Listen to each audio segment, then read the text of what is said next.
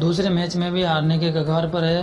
New Zealand ने भी इस मैच पर बहुत ही ज़्यादा पकड़ कर ली है। देखा जाए तो न्यूजीलैंड बहुत ही शानदार खेल रहा है इस सीरीज़ में। न्यूजीलैंड वैसे तो वाइट वॉश होकर आया है श्रीलंका से, पर इंडिया के सामने आते ही उसने ऐसा खेल दिखाया कि इंडिया को बैकफुट पर लिया है और इंडिया इस सीरीज़ को हारा तो WTC फाइनल जाने में बहुत ही मुश्किल करना पड़ सकता है, जिसके चलते इस सीरीज़ को टीम इंडिया को जीतने चाहिए था। मगर न्यूजीलैंड ने सीरीज़ का पहला ही मुकाबला अपने नाम कर लिया और दूसरे मुकाबला भी अपने नाम करने के कगार पर है। जैसे कि आपको पता है कि इंडिया और न्यूजीलैंड के बीच में टेस्ट सीरीज़ खेली जा रही है, जिसका पहला मुकाबला बेंगलोर में खेला गया था और न्यूजीलैंड ने बहुत ही शानदार तरीके से जीता था। और दूसरा मुकाबला पुणे में स्टार्ट हुआ और न्यूजीलैंड ने टॉस जीतकर पहले बल्लेबाजी करते हुए 259 रन बना दिए, जिसके जवाब में इंडिया बहुत ही ख़राब शुरुआत करती है और लड़खड़ाती हुई 156 रन पर जाकर ऑल आउट हो जाती है। फिर दूसरे दिन टीम इंडिया बल्लेबाजी करने आती है। रोहित शर्मा का विकेट पहले ही शाम को गिर जाता है, पर दूसरे दिन शुभम गिल और यशस्वी जायसवाल पारी की शुरुआत कर रहे थे सोच समझकर, पर मिचेल सेंटनर को शुभम गिल अपना विकेट दे बैठते हैं और दूसरे दिन का पहला विकेट मात्र 50 रन पर गिर जाता है। और फिर बाद में विराट कोहली चौथे नंबर पर आते हैं, पर वह भी ज़्यादा कुछ खास नहीं कर पाते हैं और 1 रन बनाकर मिचेल सेंटनर को बोल्ड हो जाते हैं।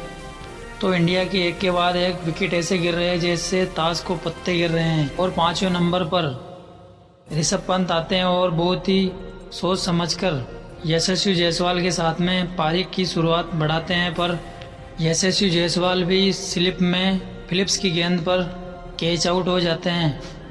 यशस्वी जायसवाल 30 रन बनाकर पवेलियन लौट जाते हैं और ऋषभ पंत भी 18 रन बनाकर ग्लेन फिलिप्स को बोल्ड हो जाते हैं। विकेट पर विकेट कर रहे थे और इंडिया बहुत ही अग्रेसिव खेल रहा था, जैसे कि इन्हें पहाड़ चढ़ना है। तो वेल दोस्तों, आपको पता ही होगा कि इंडिया बहुत ही प्रेशर में आ गया और विकेट पर विकेट खो रहा था। सरफराज खान भी चौके लगाने के चक्कर में मिचेल सेंटनर की गेंद पर विल और ओक उनका कैच पकड़ लेते हैं। 103 रन पर ही इंडिया के 7 विकेट फिर भारत के ऑलराउंडर रविचंद्रन आते हैं और थोड़ी बहुत पार्टी बड़ी रही कि तभी मिचेल सेंटनर रविचंद्रन अश्विन को भी LBW करवा देते हैं और रविंद्र जडेजा भी मिचेल सेंटनर की गेंद पर LBW हो जाते हैं। इसके चलते बाद में कोई भी ज़्यादा बड़ी पार्टनरशिप ना लगा सका और एक के पीछे एक करके मिचेल सेंटनर की गेंदों पर आउट होते गए।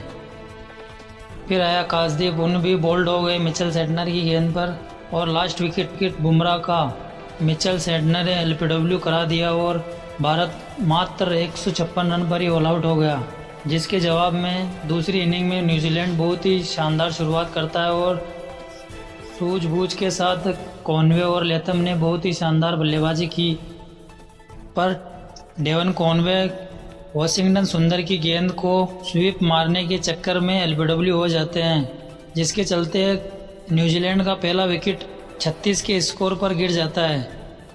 टॉम लेथम और विल यंग पार्टनरशिप लगाते हुए अच्छी तरह से न्यूजीलैंड को बल्लेबाजी कर रहे थे, पर मात्र 78 के स्कोर पर विल यंग भी रविचंद्रन का शिकार हो जाते हैं और विल यंग ने अपनी पारी में 23 रन बनाए। चौथे नंबर पर सचिन रविंद्र आते हैं और वे कुछ खास नहीं कर पाते हैं और वॉशिंगटन सुंदर की गेंद पर बोल्ड हो जाते हैं। फिर आते हैं डेरन मिचेल और टॉम लेथम के बीच में बहुत ही शानदार पार्टनरशिप लग जाती है और धीरे धीरे करके वह बल्लेबाजी आगे बढ़ा ही रहे थे कि मिचेल सेंटनर वॉशिंगटन सुंदर को छक्का मारने के चक्कर में यशस्वी जायसवाल को कैच दे बैठते हैं। फिर आते हैं टॉम ब्रुंडेल और वह टॉम लेथम के साथ में शानदार पार्टनरशिप करते हुए न्यूजीलैंड का स्कोर 200 के पार ले जाते हैं, पर वॉशिंगटन सुंदर की गेंद पर टॉम लेथम चकमा खा जाते हैं और स्वीप मारने के चक्कर में वह भी LBW हो जाते हैं। दूसरे दिन का खेल समाप्त होने तक टॉम ब्रुंडेल 30 रन बनाकर क्रीज पर है, उनके साथ में ग्लेन फिलिप्स 9 रन बनाकर क्रीज पर डटे हुए हैं।